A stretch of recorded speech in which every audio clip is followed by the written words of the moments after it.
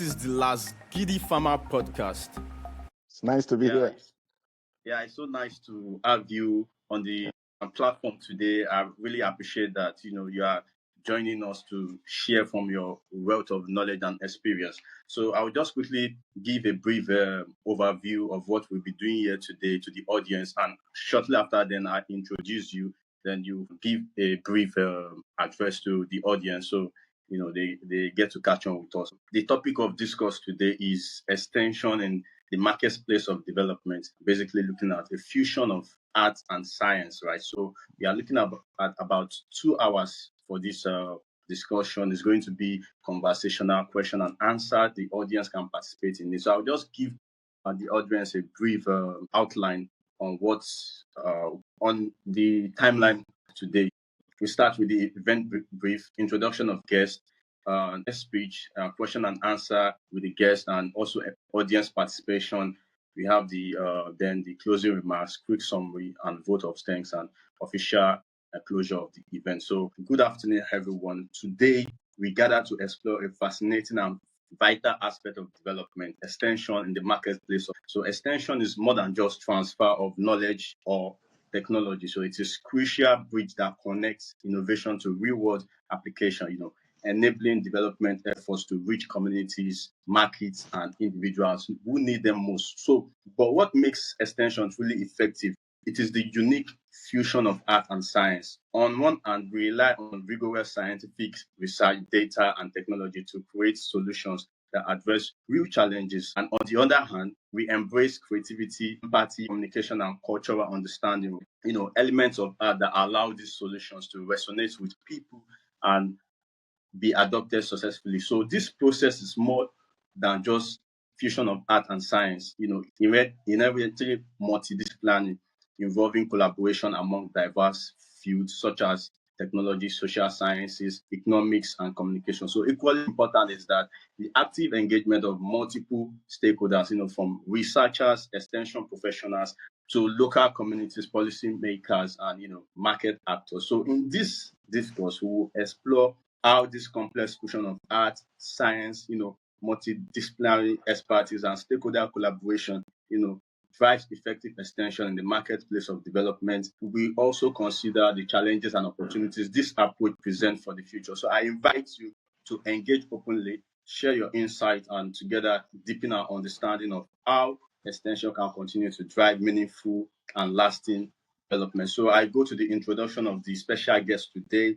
I am beyond thrilled to introduce our distinguished guest, Professor Kehinde Thomas, a globally recognized professor of agricultural extension and rural development at the University of Ibadan, a PhD and MSc from the University of Ibadan and BSc from the University of Calabar. Professor Thomas has over 30 years of experience across Nigeria, Ghana, Mali, and Kenya, specializing in development communication and social change. His groundbreaking work includes leading the 2024 and 2025 Sasakawa Africa Association Digital Extension Project, founded by the Melinda and Bill Gates Foundation, to revolutionize Nigeria's public-private extension delivery. So as a social specialist for the World Bank's 2020 to 2023 Ogun State Economic Transformation Project, drove engagement and value chain development for maize,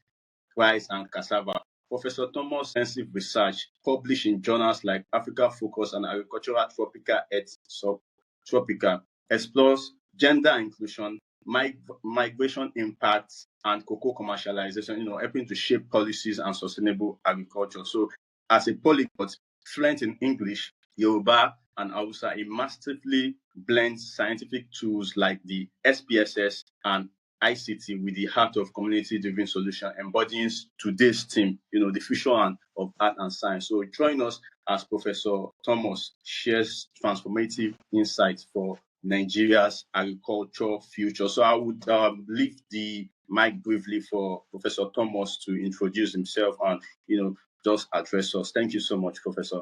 Thank you very much. Kehinde Thomas is my name, as we rightly said.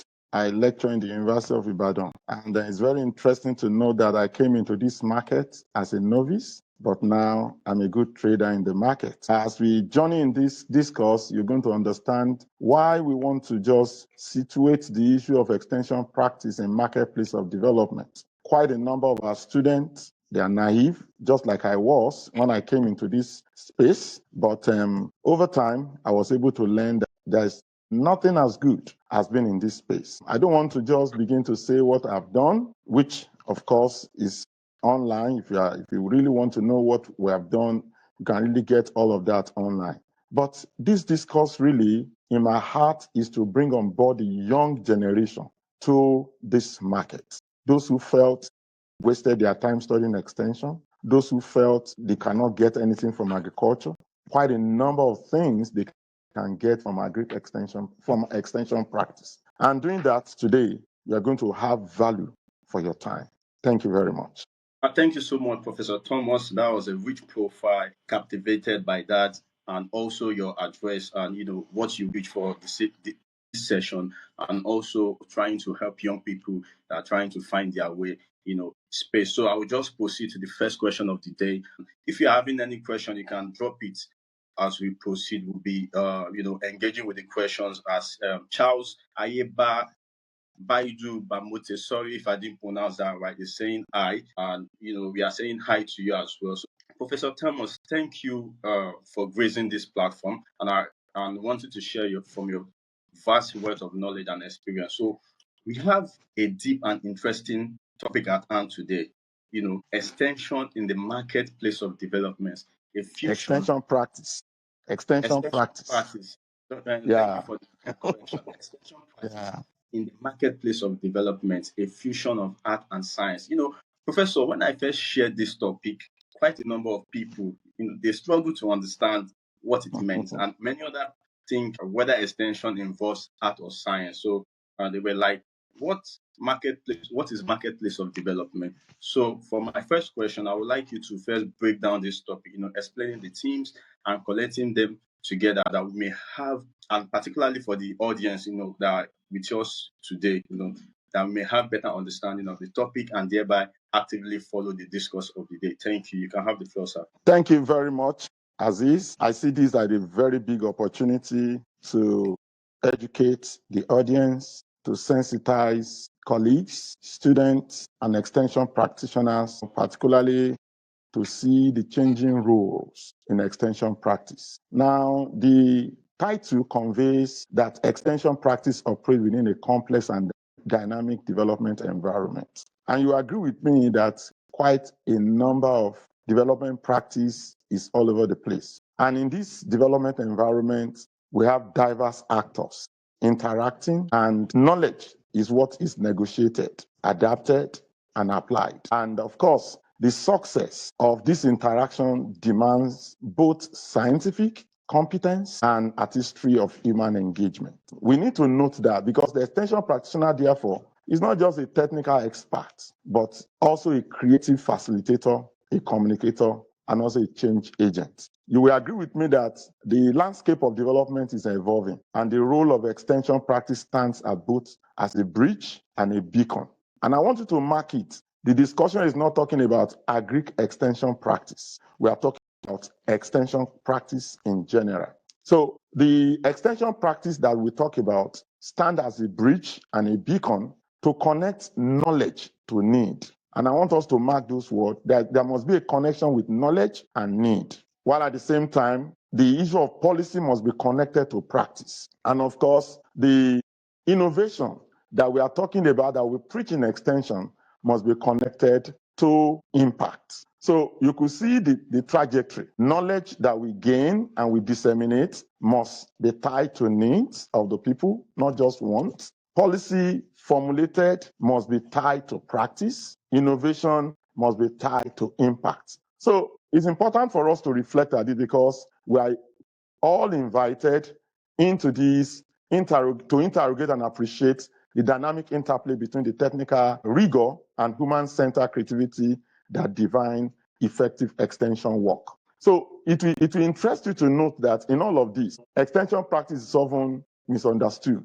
If you ask anybody now what is extension, they will tell you it's just a mere channel of information dissemination. Well, in its true essence, it is a multi-dimensional process, and it is grounded in science, okay? And also, it is also grounded in the issue of heart. So why the science of extension draws upon the evidence-based research, of course, we gather data, innovation system. The art of extension thrives on communication, negotiation, cultural sensitivity, trust building with diverse stakeholders. You could see that when we galvanize those two together, you will talk about drawing data. Where do you get those data? From the people. And of course, in the marketplace of development that we are talking about is a metaphoric space where competing needs, ideas, and actors, they converge. And it is the duty of extension practitioners to negotiate and translate this to a meaningful change. And I want us to note that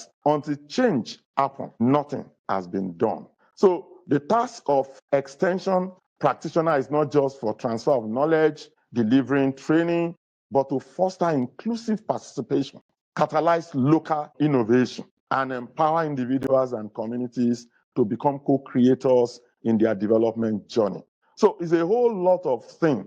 And when we talk about all of this, you could see psychology, you could see sociology, you could see applied science, and what have you. So it's important for us to know that it is not just mere disseminating information. There are a whole lot of scenarios that play together to ensure that the change we are looking for, we get them. So the fusion is talking about the interplay between what we get in science, between what the people, what they do, and what have you. And you agree with me, is a complex scenario and quite dynamic. Dynamic in the sense that what you get to one community is not the same when you get to another community. You may think you know so much about the people, but as you journey across, continents, across race, you will see the difference of this interplay. And it's the duty of an extension practitioner to understand this scenario for a meaningful change to take place. By way of summary, title is to conveying the operational operandi of an extension agent amidst this dynamic and complex development space. So the marketplace is where we operate. As we continue this discussion, we see you get to understand more about the marketplace. And of course, I'm going to invite as many people into that marketplace because the marketplace is so large enough to accommodate even Aziz. Aziz is in that marketplace. What he's doing now also is a development communication work, and of course, is also in that development marketplace. Thank you very much. Thank you so much for that explicit communication. I was able to grab every essence of it, and I trust that people listening to us also, they well understand what the topic of today, means. So before I proceed to the next question, I'll just quickly mention that we have quite a lot of people that are sending in their eyes, and the number of people joining us. I just quickly want to mention them: History Vault, Elon Bethel, Eunice Bamikole, Aziz Zainab, Emmanuel Festinachi, over the History Vault, Obasede Oluwaseun, Amohu, Afiu Sodiq, Lawale. I'm very sure that you are here to listen to Professor Thomas. So I will move on to the next question quickly. Professor Thomas, extension process to promoting and ensuring change or development, it entails pluralistic interactions, like you've well established. However, multidisciplinary collaboration is not new to extension work. We have seen innovation extension system, right? And in many cases, we fail to perfectly bridge science and indigenous knowledge to create sustainable and innovative solutions to many of our problems. For instance, improving agricultural productivity and rural livelihood. So what do you think, I'd like to ask you, what do you think are the biggest impending factors derailing this sort of synergy between art and science? Thank you very much. That's a very good question. I need to re-emphasize that the effective extension practice borders on sound scientific foundation and human touch. Sound scientific foundation and human touch. And if you look at those two variables, it's not something that you pick on the shelf. And that is why the professionalization of extension is key. Just like a teacher, quite a number of people felt that they can just enter class and teach any subject without educational foundation. Quite a number of people today are saying they are practicing extension without the prerequisite training, without the prerequisite foundation for the scientific knowledge and human touch. And that is why I said earlier, the scientific competence must bring that connect between knowledge and need. And of course, because of the multidimensional situation that we have around us, the needs of people varies across communities to communities. And of course, we have quite a number of people out there. And I'm going to paint a scenario, which I tell my students most of the time. Scientists, they will develop, let's look at the issue of the yellow cassava. Yellow cassava was developed, quite a number of people felt the vitamin A component is going to bring the yellow component, bring the vitamin A. It was all celebrated among scientists, among breeders. But when it was taken across the eastern Nigeria, where they like to mold their fufu, but because of the component, the starch component is very low. After 1 year of adoption, the adoption was discontinued. You can see there, we have the scientific knowledge, but it's not connecting to the need. So that is why every extension practice, if you must survive in the marketplace of development, just like when you go to market, it is demand, where you have the forces of demand and supply. And in these forces of demand and supply, you discover that you have marketers who are all out there to ensure that people buy. And for them to buy, they must have value for their money. And getting value for their money implies that their needs must be met. So it's not just about knowledge. The second one is the issue of policy must translate into practice. Quite a number of people, because of scientific breakthrough alone, and they are not fusing the human touch. The human touch must be fused into the foundation of science. When that is done, that is when the needs are met. That is when the issue about innovation also translates into impact. And without that, that can only be done by certified extension practitioners. So the major hindrance has to do with we have so many quacks in this profession. And unfortunately, they have penetrated the marketplace. And what we need to do now is to stand out as an extension practitioner, to do it well so that we connect our knowledge to the needs of the people, we connect policies to the issue of practice, and also connect innovation to impact. The impact is the desired change. It takes time, but we shall get there.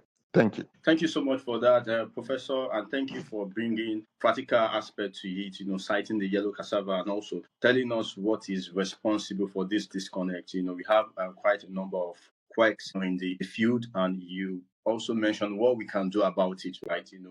We have to take our job serious as extension professional, to do the right thing, ensure that the needs of the people are being met. And I just want to quickly mention that I had the privilege to one of the conversations with Professor Olawoye Janice, where she spoke about some of this disconnect, where we have top-down delivery, of intervention, and it was like they thought they knew what the people wanted. The people used to go miles to fetch water, right? And they thought that if we situated water close to their homes, then they wouldn't have to go miles. And they created the bowl and all that, and they saw that people were not going to. They're not using it. They were going to the stream, right? They found out that so that they will have time with their children. Most of the women were usually indoor, and the only chance they get to talk was when they go to the stream. So it's not just about that the stream is for fetching water. It has become a way of life for them, right? So these are interaction platform. Yes, exactly. These are some of the things to consider in when we are trying to implement intervention. Are you actually addressing the need of the people, or you are doing things based on what you feel is right for the people, right? So this is just going to be my contribution.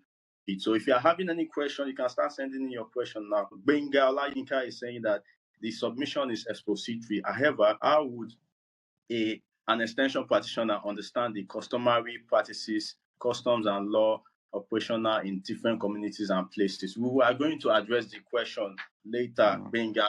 We have created a special session for audience to ask questions, and we are going to address that. So I just want to quickly move on to the next question. So we are well ahead of the time for the day. So, Professor Thomas, development problems, needs, and marketplace are evolving, and so must extension system. We are seeing increased competition for huge development funds. We are also seeing AI incorporation in our practice, and even why there are increasingly complex development problems. So, how would you advise for extension, adaptation, and position in this rapidly evolving, competitive, pluralistic environment to effect change?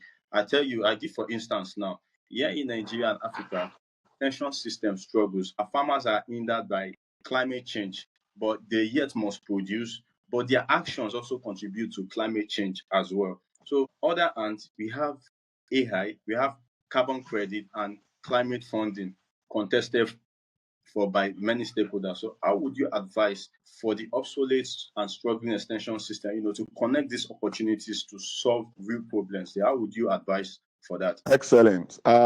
What is happening now is a plus for extension to thrive in the marketplace of development. And I'm going to say that over and over again. When you see problems are meant to be tapped into as a of opportunity. And in that case, if you want to put the question differently, you will ask me what competencies must today's extension practitioner possess in order to meet the changing narratives that we have in the midst of climate change challenges, digital disruption, urbanization, youth unemployment, and is talking about what we need to do is training and retraining exercise. It is not just enough to go to university to pick a degree in extension. And I want to say it loud and clear that we need to come on board an extension practitioner to make ourselves relevant in this marketplace. When you get to market, the idea is it has to be demand driven. The point is, do you have what people are looking for? If you don't have what people are looking for, apparently you're going to be out of market too soon. And that is why we need to the training on AI and other things that those challenges coming. For instance, the issue of climate change. Quite a number of things are being done now to mitigate and to ensure that we have a climate change resilience. Extension has a place to play in that space. Digital disruption that we have everywhere because of the issue of internet penetration that we have, you can imagine that offers a very big opportunity to advance innovation, even in sports. When you look at sports, you can imagine what the Premier League that is going on everywhere. Can you just imagine just an innovation that can be disseminated through that platform and quite a number of youth that will be reached? So what we are saying is that, every extension practitioner needs to come up and step up into this game by a lot of developing themselves. That's number one, and ensure that the competencies required to penetrate this market is acquired. You must ensure that you have what people are looking for, demand driven, not the supply side. And that is why the private extension is what we need to do now. Of course, we know the issue about public good is there when people are not willing to pay. But from the study we did with Sasakawa, we discovered that farmers are willing to pay. So far, they have value for what you are giving them. The idea is not just about, but with the public extension system, which is, of course, now moribund, because it's the supply side. The supply side will no longer work, but a situation where extension practitioner in that market has what to sell. If you have what to sell, people will come to buy. And whatever you want to sell must be such that is attractive and meet the need of the people. Not everybody in the market gets the attention. Those who get attention are those who have something to offer, those who have solution to problems. And that is exactly what we need to, like what we are doing now. It has never been this way in 20 years, before now. When we use T&V system, it has evolved. And I will tell you that it will continue to evolve to a point where people need to take new challenges and also advance in dissemination of information so that the aspect of development, because we are talking of development, and we have quite a number of things that are interplaying that development. So it's all about training and training, picking up challenges. Nobody studied AI in school. Any professor you see now who graduated maybe 10, 15 years ago, they never study AI, but they are catching up. So that's what we need to do. Learning should not stop. Once you study your audience, you study your clientele, and you are able to design what they need, you will remain in that market. So that's what we need to do. And of course, we need to make to increase the tempo in school. Of course, needed also to be dynamic. Dynamism in this curriculum, it shouldn't be what we used to teach those during our own time. They have no relevance now. But we can now begin to lay those ones as foundation to build on what we have now, so that the young generation who are coming out of school will have their place in that market, which is my concern. Thank you. Thank you so much for that. I pick very useful insight from that. We have to develop ourselves as much as possible to evolving needs and think more of demand approach than supply, right? I like that. While talking to individuals, the students, the graduates here, also talk about the university and the curriculum as well, that it has to be adjusted to what is relevant in the marketplace, right? I like that you challenge people to actually develop themselves very well, to give value, not just I want to just be an extension agent, or I'm just going to school or something. What do you have aside that? Because we have a lot of people that are not even from the sector that are playing extension agent role now. They are doing so well. Yeah. Out there. You are not even competing alone with graduates from your field. You are competing with graduates from other fields, and due to their nature of able to quickly evolve, adapt to technology, different things, that are driving change, they are able to outcompete many of us. So we have to start thinking, what should I be doing? What are some of the courses I should be taking? Training. I like that you mentioned training and retraining exercise. Very, very important. I hope that universities, they will take note from this and improve the different curriculum in the school, right? So I move on to the fourth question. The fourth question is already connected with what you have, addressed, the demand-driven extension, the demand side. And so in tandem with the previous question and holistic nature of marketplace of development, right? It appears the role expectation of extension worker is beyond technical knowledge dissemination. It also entails facilitation, right? So, but some have argued that this demands more of the extension worker. So I'm asking you, because I know that you already see it as opportunity, but we have to still talk on it. Do you think that this is a problem, or that is more of an opportunity? And also, oftentimes, the wages and benefits do not match that demand. A lot is expected now from the extension worker, but the wages and benefits accorded, are they commensurate? Do you think there is need for improved remuneration and compensation, or that extension should not be entrepreneurial but a public good, and extension worker have to undertake their work as a selfless service? What do you think, sir? Thank you very much. I want to just tell us that we have great opportunity ahead of us as extension practitioners in this marketplace. We don't need to see extension as only in the angle of dissemination of information. And I'm going to break it down further in this concept. And I'm going to explain with what I do in the recent time. Do you know that extension has a place in the issue of social impact assessment? Do you know that extension has a place in the place of environmental impact assessment? The issue of livelihood restoration plan, the issue of gender and other generational issues. Do you know that extension practitioners also have a place in the aspect of food and security, issue of nutrition? Quite a number of things we can do that you find in this marketplace. But if you box yourself only to the aspect of innovation and adoption, you'll be talking of remuneration. Remuneration in this context, is not something that's just maybe what government offers. Yes, I'm a lecturer in the University of Ibadan as a lecturer. That's not all that I do, because we do teaching, research, and community service. And part of the community service is also to go out there and impact life. We have worked on issue of nutrition, child malnutrition.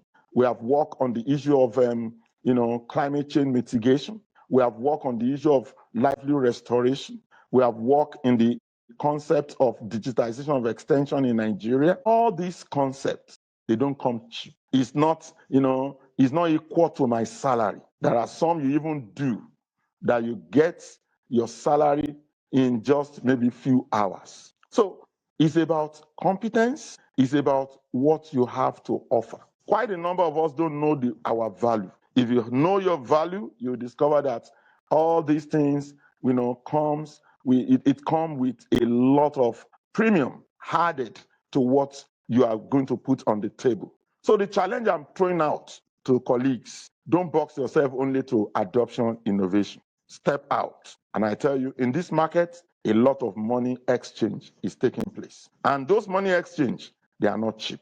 And I can assure you, they are not cheap. Good money exchange in this market of development. Thank you very much.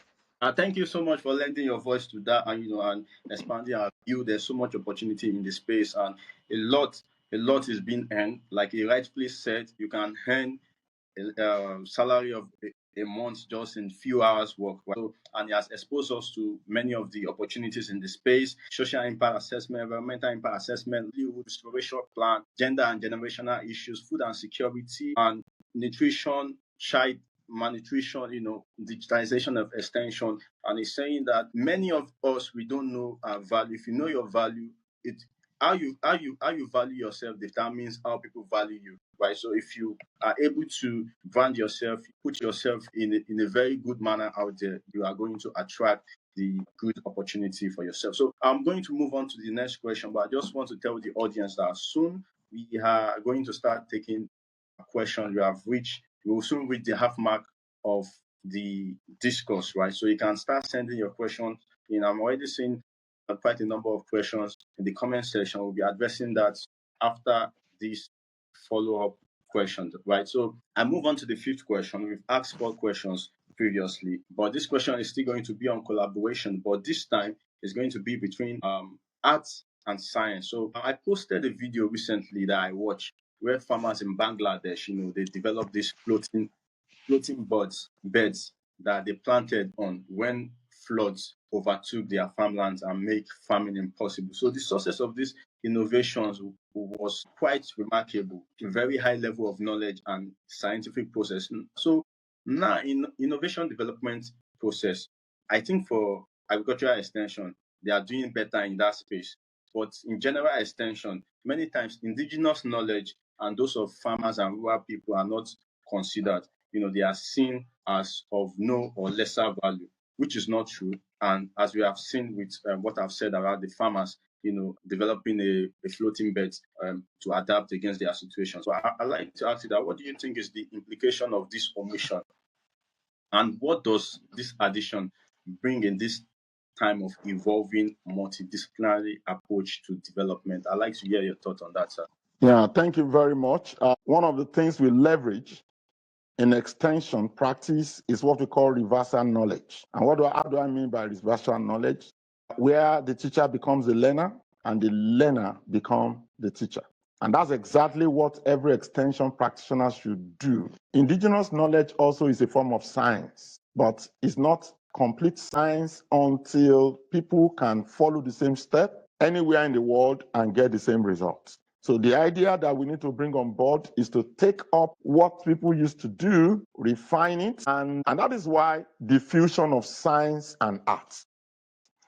To get it from the people takes a lot of human touch, because most times they will not tell you until you have that ability to draw information out of them. Once you now get that, you now refine whatever technology, in quotes, that you've been having, and at the end of the day, and I'm going to paint a scenario here.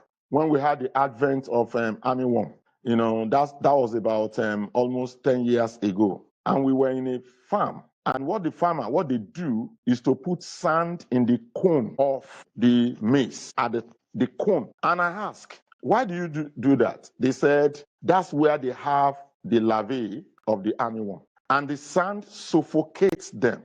Before that time, most farmers, what they do, or most extension agents, what they teach is to spray without attention to what happens within the cone. Now, to now get those chemicals, Because when you now begin to talk about sand, how many sand will you now begin to put if you have up to 10 hectares?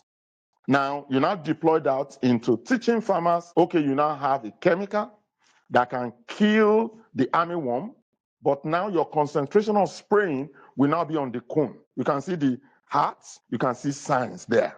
Now, we now begin to spray the cone because those insects don't come out during the day. They come out in the night. While during the day, they remain inside the cone of the maize. So when you now spray directly into the cone, you don't just spray the soil, you don't just spray the plant, you spray the cone. When you spray the cone, automatically you now overcome the armyworm. Before then, they would think that the chemical is not working. But the chemical is working, but for wrong application. And that was, we got to know that through a farmer who puts sand in the cone of the maize, because once the sand get there, the insect suffocates and they will not be able to breathe and they die. But when you now begin to, on a large scale, that is going to be limited. So you can see stepping up what they know into aspect of science that is going to make them to have, operations for maybe 10, 15 hectares of land. Reversal learning is the way to go. And I will tell you for free here. They have knowledge, rich knowledge. Before we were born, before you go to school, they've been solving their problem. It may be in a crude way, but pick up the crudeness in the way they solve their problem, you refine it, and you take it to the market of development, you see the fusion of science and art. That's exactly what I'm putting across here. And you get that done anywhere, anytime. And you see that, one, because it is similar to what they've been doing before, adoption will not be difficult. So if it is far from what they used to do before, you begin to struggle in wanting them to adopt a new technology. And that is why from the principle of extension, you start from what they know to unknown. And that's the essence of this talk. So it's quite important for us to know that the extension practice can be applied in various dimensions. We have quite a number of them when it comes to grievance redress mechanism, for instance. In grievance redress, do you know that even with the issue of insurgencies that we have and all over the place, extension can come in issue of conflict resolution. And conflict resolution, I tell you, you may not need gun, you may not need cutlass, yet you solve the problem among the people. So these are things that are evolving in the development marketplace. You can imagine for a scientist or extension practitioner who has the engagement principle to resolve issue of conflict, maybe on issue of boundary, on the issue of land grabbing and what have you, you can be sure that that person has something to sell. And once you have something to sell, people will look for you, and definitely you are going to make a lot of money in that space. Maybe I should pause here so that when we have other things related, I can speak to it.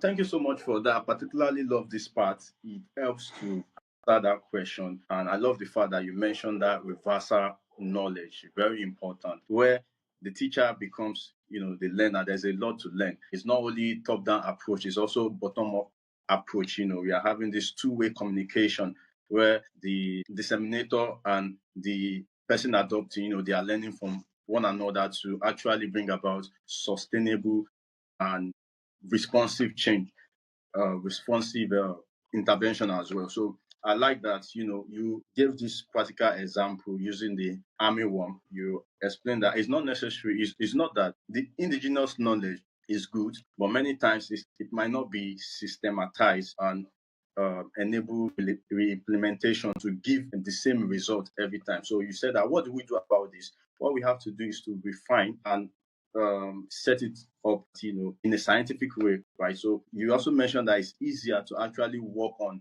what people are already used to, rather than bringing something entirely new. And is one of the things to consider in innovation adoption process for extension workers. Easier to push. Thank you so much for that. So we will now progress to addressing the questions in the comment section. I would go by the order of arrangements. Okay, I think the first question is from Benga Olayinka. So he's saying that the submission is expository. However, how would an extension practitioner understand the customary practices, customs, and law operational in different communities and space? So I think that he's saying that the customary practices, customs, and law is diverse, right? So Yeah, how will an extension practitioner have knowledge of all this to be able to effectively deliver his mission? that's a very good question. To address that, what to do is a good community entry process or good community entry exercise. That's the first thing to do when you are given any project. It is not for you to just jump into the community. There are steps to take for legitimization to ensure that you enter the community appropriately. Some people call it scoping. In your scoping exercise, that's when you get to know the do's and don'ts of that community. I have quite a number of experience in this space. You get to some places, for you to be accepted, you must break a cola. In some places, you eat the cola. That talks about, how diverse we are as a nation. Everywhere in the world, pick kola nut, for instance. Kola nut in the north, they eat kola nut. The same kola nut, when you get to the east, they adore it. Okay? In the south, is an economic crop. The same kola nut. So the best way to do that, to ensure that you don't infringe on the laws of the people, is to go through proper community entry process. And to do that, the first thing is to pay homage to the community head, tell them of your intentions, and from there, they will get you to know that where you don't need to go, where you need to go. In some places, maybe you are conducting study on issue of water bodies, and there are water bodies in that community that they don't fish in there until after 1 year. You know that during the scoping exercise, that you don't go to that place until after 1 year. Perhaps there is nothing attached to it, maybe it's just for conservation. That's the science behind it. But they will put some fear behind it that if you go, something is going to happen. But you don't need to infringe on their rights. All you do is just to follow what you have been asked to do. So once that is done, then you share with them your purpose. When you share the purpose of your entry, whether it is in tandem with what they have or not, that will be known. Until approval is given, don't conduct any exercise in that community. And they will tell you, perhaps, this is a community that you don't mess up with their ladies. If you do, there are still penalties. This is a community where you don't go out 8 p.m. This is a community where you don't come out until 6 a.m. All those things, they lay them out during community entry process. So it's a whole lot of cost. Community entry process is what we teach, because if you don't, in fact, that's what makes success of any development project. If you get it wrong at the angle of community entry, the project is as good as a failure. So that's the way to go about it. Thank you. Thank you so much for that. Just to repeat what you've said, community entrance is very important before you go about whatever you want to do in a community. And I'd like to take an example of a particular community whereby sometimes it might appear that the people in the community or their culture is homogeneous. But when you get inside, you see that there is an element of heterogeneous in their culture. I got to know of a culture where the men, they have their language. The women have their separate language. They are still within the same tribe, but the same community. They have different languages and also different values and taboos. And so it's appropriate to conduct, proper community. It's important to conduct proper community entrance. You pay homage to the community head, tell them your intentions, and let them give you proper guidance. And once this is given, stick to their values and taboos, share with them your purpose. Until approval is given, don't conduct any exercise. I hope I'm able to repeat that properly. So we move on to the next question. After this, I'll take one more question. Then we'll proceed with questions to Professor, and then we still address other questions, right? So I just want to quickly mention this. Adela Olubimi is saying knowledge plus need plus policy plus practice, innovation plus impact. Very good breakdown, sir. So I take the question from the history vault. So his question goes this way. In a situation where the commercial government extension service cannot make the necessary changes, can the private cater for needs of smallholders who may not be able to afford the financial?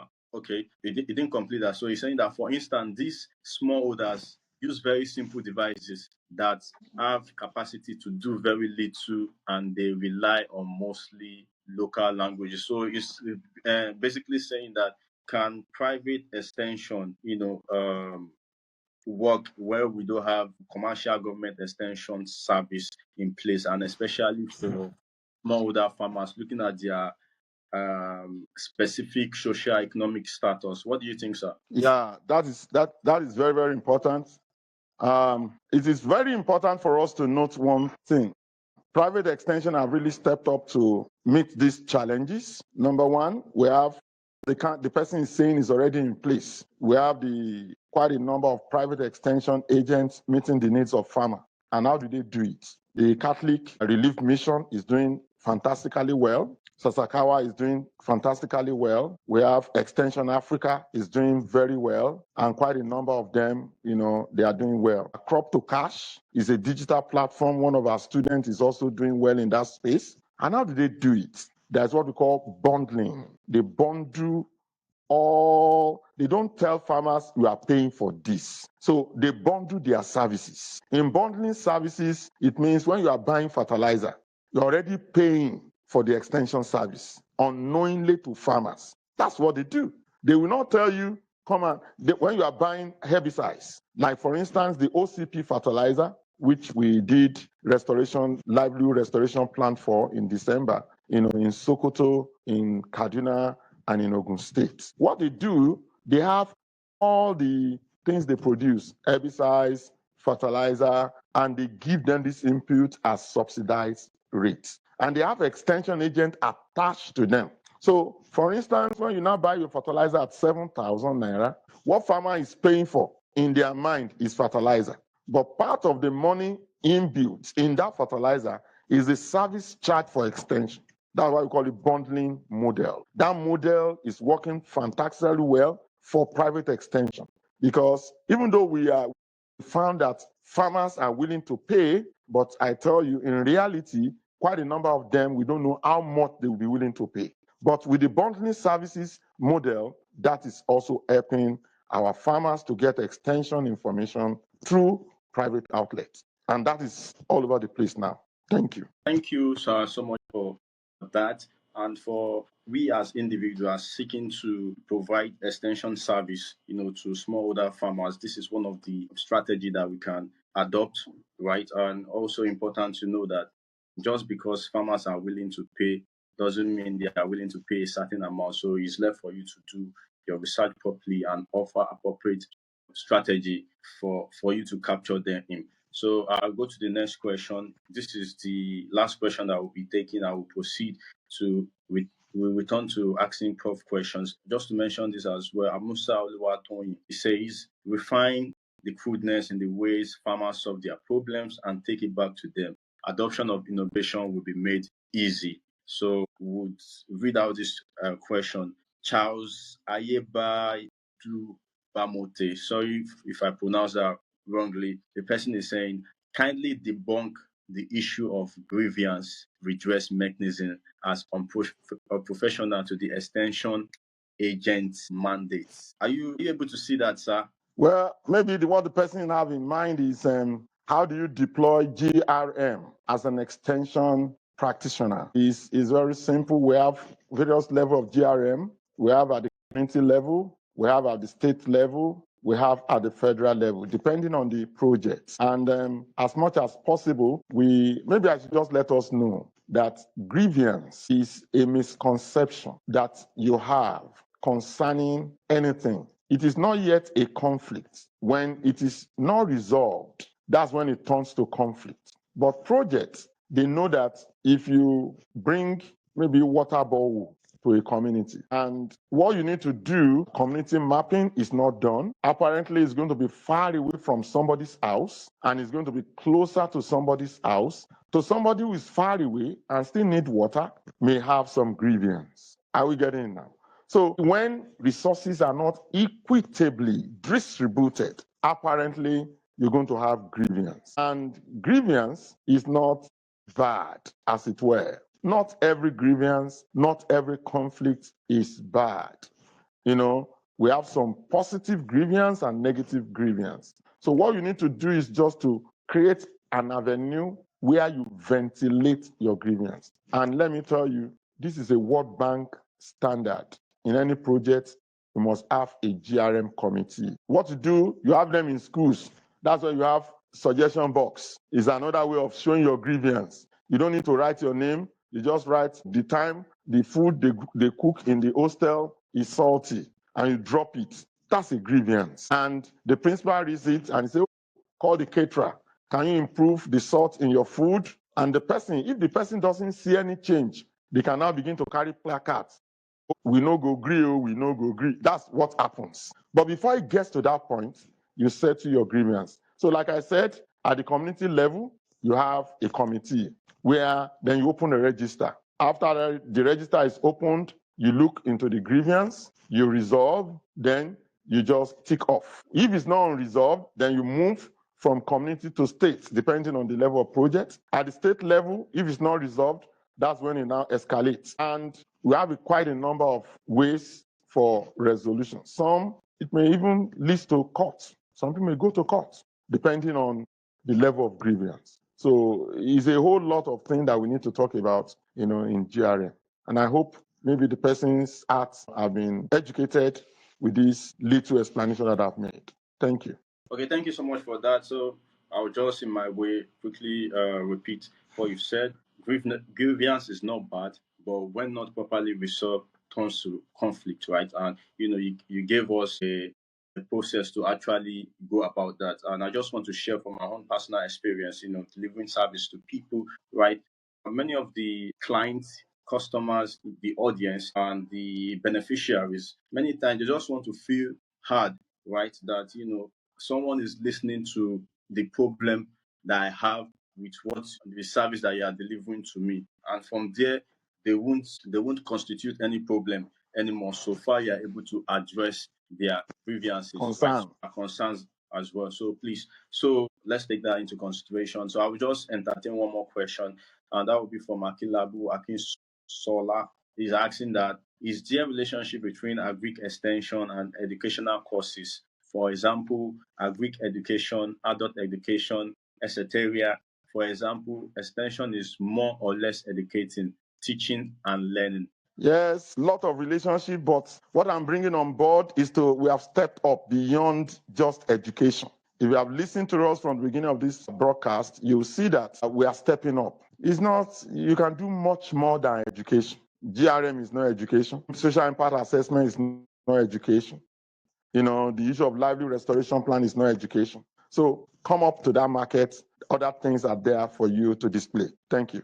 Thank you for that. I hope the owner of the question is able to take one or two things from that. So I'll move on to the next question now. This time is still on collaboration. So, Professor Thomas, I like to think that the problem of multidisciplinary extension approach not bringing about the needed result is in part of asymmetry between art and science. Technology knowledge is important, right, to addressing needs, but it does well with creativity, innovation, and human-centered approaches. However, with many initiatives, we see linear approaches and technical knowledge without skills, and without soft skills, and those rather good ideas, projects, and interventions, they fail on delivery or achieve temporary success. So I'd like to ask that, what are some of the soft skills extension worker should embody, and how would you advise for repositioning of this sort of thinking in our extension systems and university? You were on to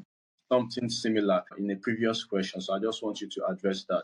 The soft skills. Yeah, thank you very much. Number one, soft skill has to do with human relationship.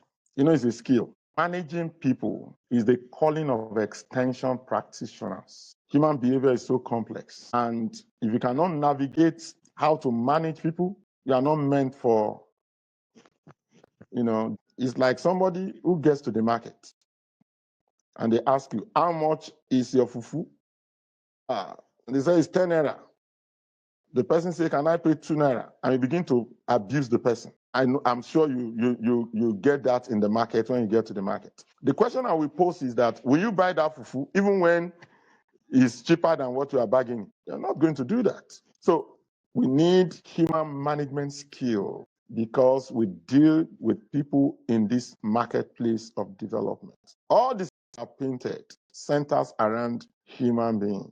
And when you pick extension as a whole, farmers are the center of it all. And if you must thrive and succeed, the soft skill of human management is very important. That is why your sociology and psychological instincts in behavioral science must be sound, without which, the market will just not be profitable unto you. And that is what we must do. Even from a little sample, when you look at what happens in Department of Agric Extension and Rural Development, I will not mention other departments, see what their students face, you will see that there's a whole lot of difference. So I will not belabor this, that we need that skill. That is a soft skill. You learn it over time. Human management, you should be able to do that. Then I will also talk about social marketing skill. Social marketing skill. In social marketing, we sell ideas. And I tell you, as extension practitioners, we are also marketers. And unfortunately, what we sell, they are not tangible objects. Still convincing people to buy is a whole lot of exercise. It's like you are selling ice cream in the winter. Can you imagine? It requires not just a certificate for you to sell. You need soft skill to persuade and to ensure that they have value for what they are doing. Thank you very much. Thank you so much for that. I just shared the soft skill that I said is needed to be embodied by an extension worker. Human management skill is important to have understanding of psychology and also understanding of behavioral sciences. The second soft skill is social marketing, the ability to successfully sell ideas. And the ideas that we sell most time in the field of extension is not always physical, right? And it's important to know how to persuade people to buy your idea. So I move on to the next question of the day. We are moving pretty fast. Okay, so we have understood that extension is both an art and science, right? And easily, if we are delivering or selling something that is physical, we can quantify that in numbers, statistics. But we are delivering something that has to do with art and science. I want to know, how should we measure success in this sort of extension work? Can impact truly be quantified? How would we go about quantifying success in this way? Excellent. Very good question. And I will address that with the theory of change. In the theory of change, you have activities, you have input, you have output, you have outcome, then you have impact. Let me also say, loud and clear, in this marketplace, we have what we call, monitoring and evaluation. So as extension practitioner, you can come into this market to measure impact, which is M&E. And I want to break it down so simple. Monitoring means, are you on track? Evaluation means, are you in your destination or at your destination? If you're on track, you'll be in your destination. And using the theory of change to measure this, you have an activity to talk about things that you plan to do. The activity you are doing will require some input, resources to get the activity done. And of course, the next thing is, you now have an output, which is the immediate result. Then you have the next one is the outcome, is intermediate result. Then impact, which is the change that you are looking for. In a layman's language, let me just explain this and you will get it. You will not forget it for life. Activity number 1, you are hungry. Then what's the input? You eat food. And what is the output? Hunger will cease. That is the immediate result. Are you getting it now? Then the outcome, of course, now talks about your tissues, your muscles begin to be energized. You have energy. You can run. Impact now talks about the food eating now is now translated into height, into body weight, and what have you, which is the impact. So in any of this, you can also translate that into maybe a farmer who says, yes, I need to improve production. Activity one is you are introducing biochar, which is organic fertilizer. Then the input is to now supply the biochar. Then you now begin to have the output. You see the growth. The plants are no longer yellow. Then outcome. You see that the sizes, they are increasing every day. The output, the impact will now be the tonnage per hectare will be increased. So you can measure impacts. That can be done in several ways. But in a simple way to do that, follow the theory of change. When you follow the theory of change judiciously, you can track and know where the problem lies. Because impact is at the end. But if you don't track it, if the activity, when you get activities and there are no inputs, apparently you cannot get impact. So that's what to do in tracking and measuring impact. Thank you. Thank you so much, sir, for the relatable example using theory of change, input, output, outcome, impact, monitoring, and evaluation. So I proceed to the next question. If you are having questions, you can start putting it in the comment section. We already have some more questions that we want to take, so we can take them all together. So I proceed to the next question now. Professor, I'd like to ask, how should extension ensure its intent of responsive and sustainable intervention prevails in the multidisciplinary collaboration process without being diluted, found out, or diverted? For instance, it has been reported that agricultural and rural development have funded in peanuts and as poverty alleviation scheme, and other than as opportunity creation, and thus with little impact based on outsiders' view or perspective or intent of the funder. How could extension as a body system overcome this to bring about? Yeah. Recently, we have what we call unified extension system. In a unified extension system model, that's where we get to remove every form of quack in the system and all sort of those who are not, have no business in this marketplace. This is particularly important now that we are in the world of AI. Digitization is being done mostly now by those who are not, particularly for agricultural extension. Those who have, some of them don't even have background in agriculture. But now we have, the Federal Department of Extension in the ministry in Abuja, and they now do what we call the coordinate digitization.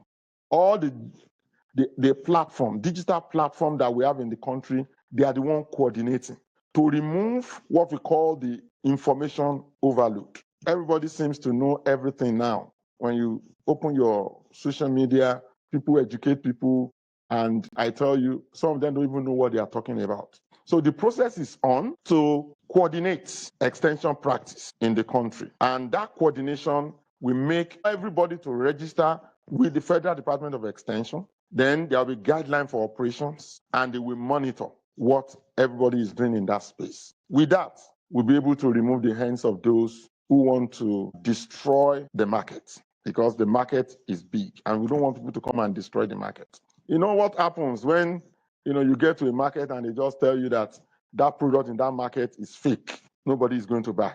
So for that space to be sanitized, the process is on with the Federal Department of Extension to coordinate the activity of extension service in Nigeria. Information on that, because we have worked closely with them, and that is already on. They have launched their own digital space at the Federal Department of Extension, where everyone in digital extension space need to launch in their own platform for regulation and coordination. Thank you. Thank you, Professor, for keeping us abreast with what is being done to address that. So I move on to the question and answer session for the audience that we are having. So the first question I'm going to take is from Rafiu Sadiq Olawale. So he's asking that in resource-limited communities, how can extension workers apply innovative practices without heavy reliance on technology? That is Well, I may not be able to, maybe I didn't get your question very well. Are you a private extension or a freelance? If you are a freelance, you map out your communities. And in mapping your community, you identify a need. Once you push a need out, apparently people will be able to, patronize you for a fee. Like I said earlier, you must connect your knowledge to need. Once needs is connected, you can be sure that it will thrive. Thank you for that, sir. I move on to the next question. Akin Labu, Akin Sola, to incorporate physical science into agric extension. What is your advice to people coming from physical science into extension? Apparently, like it's multidisciplinary. You cannot be everything. Partner with those people, test your results before you disseminate. That's why the issue of piloting is very, very important. Those in breeding, for instance, those in chemistry, physical sciences, their output is your own dissemination. So it's a multidisciplinary outlet that you need to, but you must do pilots to be sure that what you are advancing is correct and it meets the need of the people. Thank you for that. Another question by Rafiu Sadiq Olawale. Prof, sir, kindly elaborate more on how one can use extension practices in conflict resolution, a case study of the northern part of the country. Practical method. Excellent. Yes. For every community, they know themselves. And that is what we need to do. When you get to those communities and they have a lot of indigenous method. I was in a community in Ogun State. I won't mention the name of community because this is a social media that can go viral. But as soon as I mention what they do, you will know that they also take care of these things. The community is in the Yewa part of Ogun State. You dare not steal anything in that community. If you steal, you die. Mysterious death. And kidnappers, they attempted to get there. I got to know this when I was on sabbatical with Ogun State Economic Transformation Project. And what they just do is that the person will be swelling. So one of the kidnappers they will be telling themselves, you don't come to that community or else. Even when you steal their goods, but if you steal a fowl, what are we saying? Indigenous method, but that can be scale up. Faith-based and other religious things have taken this out of our hands, but they also have their place in conflict resolution. Thank you. Thank you so much for that, sir. I will now go back to a question that omitted. The history vault is asking that where does mentorship like the Igbo apprenticeship find itself on this space, science or art? Yes, it's the fusion. We are doing that also. Professor Olawi mentored us. Professor Oyishola mentored us. Professor Oladeji mentored us. I'm also mentoring people. Quite a number of people. Some of them may be online now hearing me, which we have mentored. So mentorship is one. Submitting yourself to be mentored is another thing. And I've told people in that marketplace, your concern should not be money first. Quite a number of young people today, they put money forward. But as soon as you put money forward, it's automatic failure. Those who work with me, that has been the concern. And I tell them, let's work, money will come. And I am proud to say here, quite a number of them who yielded to this advice, they are already in this marketplace. So it's not difficult to mentor, but some people are not mentorable because the thought is money, money, money. I remember many, many years ago as a PhD student, still working, I have my own job, but I was working with one of the professors in the department, is of blessed memory now, Professor Terry Olowu, who, after doing the whole, he got 10,000 euro. That time, big money. I went to his office and said, Thomas, thank you very much. Your time will come. I simply walk out. I was not offended. And indeed, my time came. But many of the people today, they will see it as an aberration. You got 10,000 euro, you are not giving me one euro. They will call you name, wicked, this and that. I never called him anything, but I was ready to learn. And I learned and I learned and learned. The learning is what makes me to be in that marketplace now. So for you to be in that marketplace, subject yourself to mentoring and not money. Thank you. Thank you so much. Someone is protesting his question. So he's saying that, Professor Sir, is it not unprofessional for extension personnel to involve in conflict resolution within rural communities as against the mandate of extension practices? Well, I don't know what you meant, but people know what people in those community, they know what they want. You are following community rules. That's why I say it's reversal learning. Every community has a way of, of resolving their conflict. If you follow their pattern, and I tell you, they can resolve their conflicts, and they will resolve their conflicts. Thank you. Thank you for that. I hope your question has been answered, and to many people that placed in their question, I hope you'll be able to get answers to your question. And also, people that contributed, not asking questions but making additions.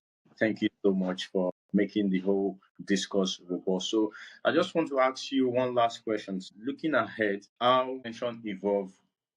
How can extension evolve to better blend art and science, to meet complex needs of future development challenges? How can we better blend art and science to meet evolving challenges, needs in the development space in the future? Excellent. The issue of engagement, rule of engagement, the art component of rule engagement merge with technology evolving or the evolving technology will place us on a better pedestal in advancing extension practice. And I tell you, rule of engagement is key in all that we do because we are one of the professions that make that people, they are the center of what we do.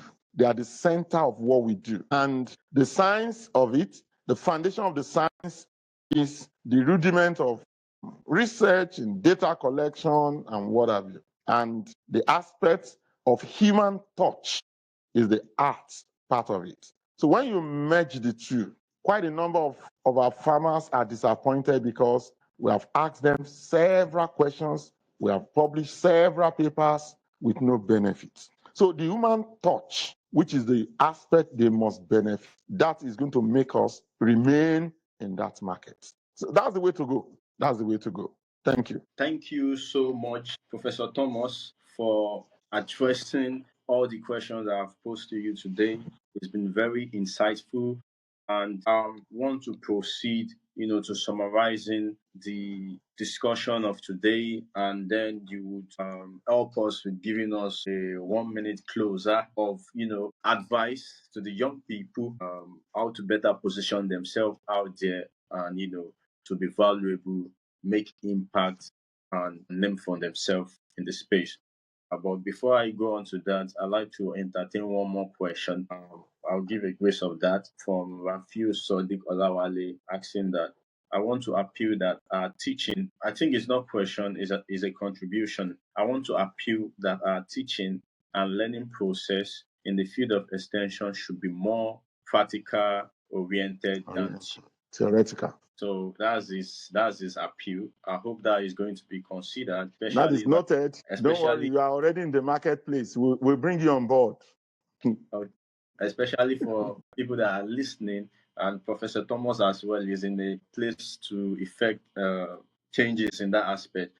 And so I just want to quickly run up the summary of what we've discussed today. We started initially by trying to understand what extension practice in the marketplace of development is, a fusion rather of art and science, in which he explained that very much, that is not just about pushing scientific knowledge, pushing technical knowledge, that extension now has a role of facilitation, and there is room for inclusion of human-centered approaches, and which also entail that the extension worker must embody quite a number of soft skills, in which he put as number one human relationship, people management skill, right? And some of the things that we have to be abreast and adept with, that's psychology, behavioral sciences, and being able to sell, the aspect of social marketing. And he also explained that the marketplace of development is not just about extension alone, extension practice, extension workers. We also have some other stakeholders in the space, that their interrelation helps to shape the final development, the final development of anything that we are doing, to make it more sustainable and impactful. And we proceeded to actually trying to see if indigenous knowledge is very important and is equal to scientific knowledge in the process of innovation development.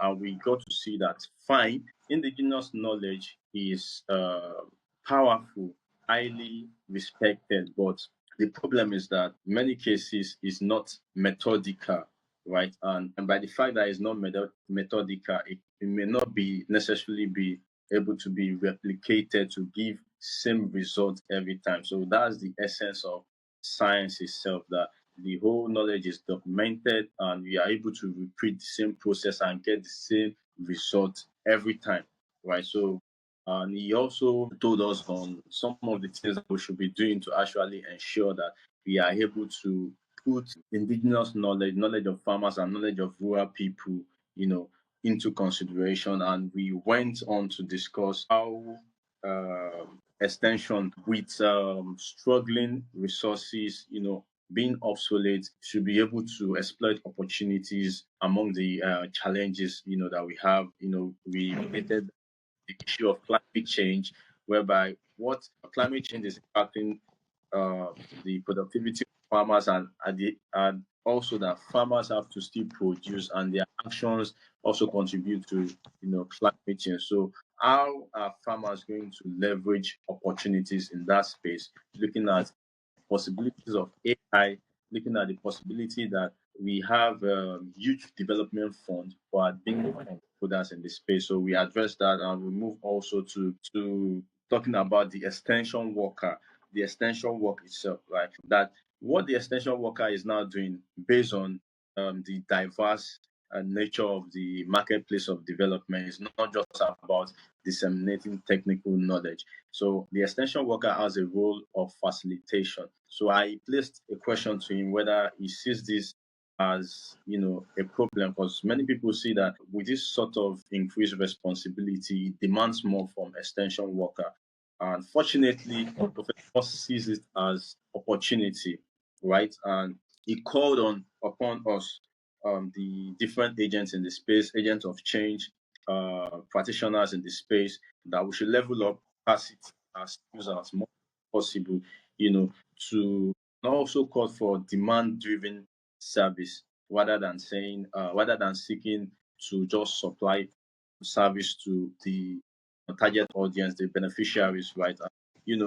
And he exposed us that to the fact that there are a lot of lucrative opportunity in the space, right? And there are some opportunities that will pay you in an hour what you would earn in a month or many months, right? So it depends on how you are able to brand yourself, package yourself, and present yourself into the space to be unique and distinct, right? So we move on to the question whether the inclusion of indigenous knowledge is very important, whether to sideline scientific knowledge. And I've initially talked about that. We discuss on also how to quantify, to track the sources, the impact of extension work, intervention, having this renewed understanding that extension is not just about deploying, disseminating technical knowledge. It also has to do with facilitation, as this sort of human-centered approach. It's not just about trying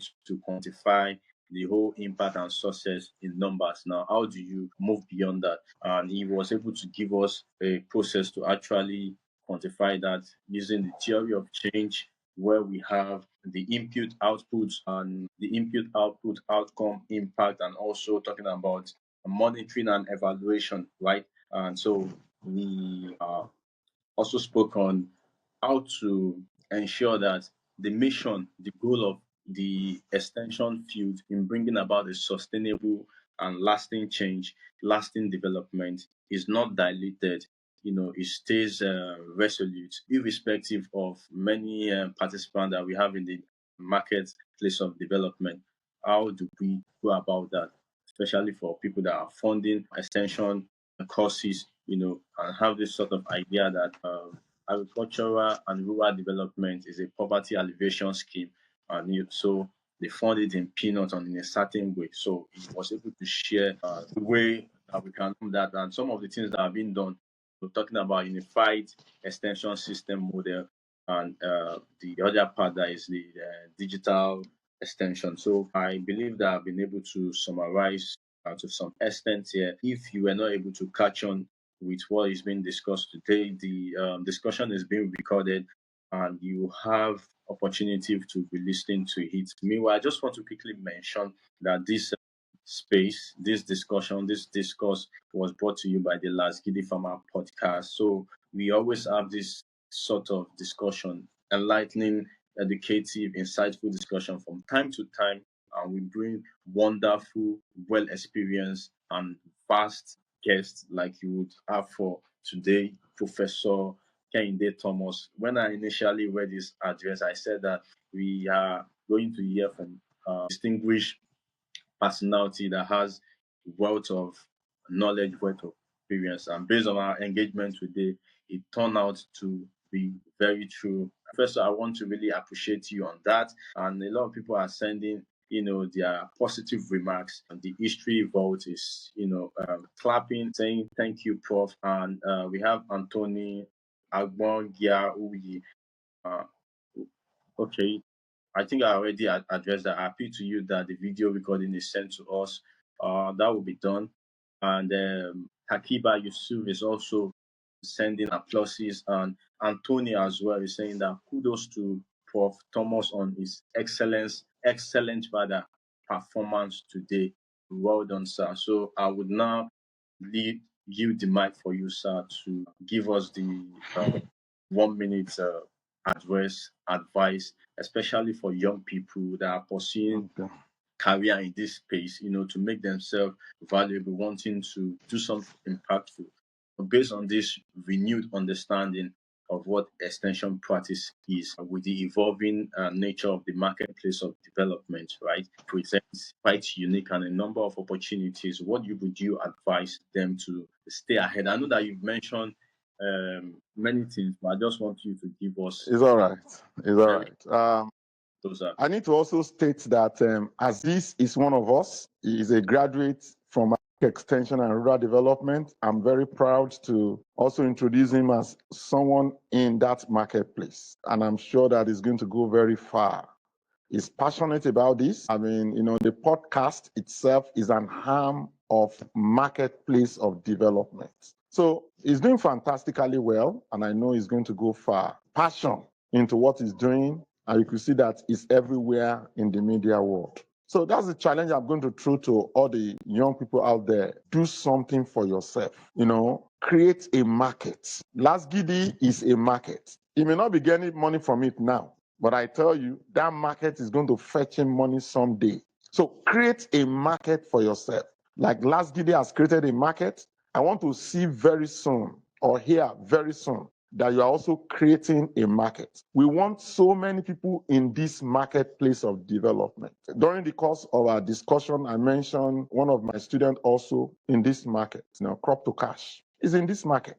So the bottom line is the certificate is not the thing that you should just hold to your chest. What you need to hold to your chest is something that will take you to that market, and that is the fusion of art and science in extension practice. So on that note, thank you for the audience. Thank you for bringing me here. And I know someday it will be so clear that this marketplace is where you should be. Thank you very much. Beneficial address, and I hope we are able to take one or two things that we are going to apply to our career from that. And I want to, implore you to, because we've had so many discussions so far that you can benefit from. You can look at this platform that we are using to have this discuss at this time. You can check through and try to subscribe. And we are also on Spotify. Maybe you have Spotify account, just Google the Last Giddy Farmer podcast, or just press it on your Spotify account, the Last Giddy Farmer podcast, and try to subscribe. I've shared the link here. It will be really great to have you on board, and we share thoughts together. I want to proceed to ending the event now, but I just want to thank Professor Thomas again, for joining us today and sharing from his knowledge, experience, expertise, and personally, live experience, sharing practical examples in every case possible. So I thank you so much for that. I hope that we'll be able to have you again, on the platform, and that there are so many other Yes. impactful that we can do together. Just to let people know that Professor Thomas has really been impactful in my life. He has guided me in so many ways, particularly for my career. I wouldn't say more than that. And he knows what I'm saying. I'm truly honored, for you to say that what I'm doing is meaningful, is having impact, and also recognizing me as one of the people in the space, and also saying that I'm going to go far. And you look forward to me going far as well. So I also want to call upon the participant, the audience, and colleagues in the field, that we are having this discussion together, also to try to distinguish yourself, to make a name for yourself in the space as well. Try to do something remarkable and valuable. I look forward to you coming on board. Like Professor has said, that we have to develop ourselves as much as possible. One of the problems that we are having, the extension system, the field, the practice, is not doing well as it should, is because we are not having the certified people from the space doing the works. We have outsiders doing the work that are not qualified for what they are doing. So I hope that we are going to take that challenge, take that responsibility, and be accountable for ourselves, for the discipline, and for the greater good of the rural economy, agriculture, and society and nation. Thank you so much. So I proceed to ending the space. I see you, Taiwo Kadijat. I see you, Babs Ali. You saying thank you and well done, Mr. Aziz. I thank you so much, sir, for the insightful knowledge, and Toib Aziz for a wonderful motivation. Babs Ali, thank you very much, sir. Professor Thomas and Diola, well done, Prof. It was so insightful. I feel so deep. Prof, thank you. Eunice Bankole, thank you for sharing such insightful and impactful knowledge on this podcast platform. And well done, Mr. Aziz, for organizing this program. Savatech Workstation, Prof, sir, you are highly appreciated. We are having a lot of people, because they just keep sending in their praises and positive remarks. They show that this particular event was very, very, very impactful. And on behalf of everyone, I say thank you so much, Professor. Thank you. I'm going to end on Thank you this. very much. Yeah, thank you. God bless you. And you too, sir. Bye. Yeah, bye.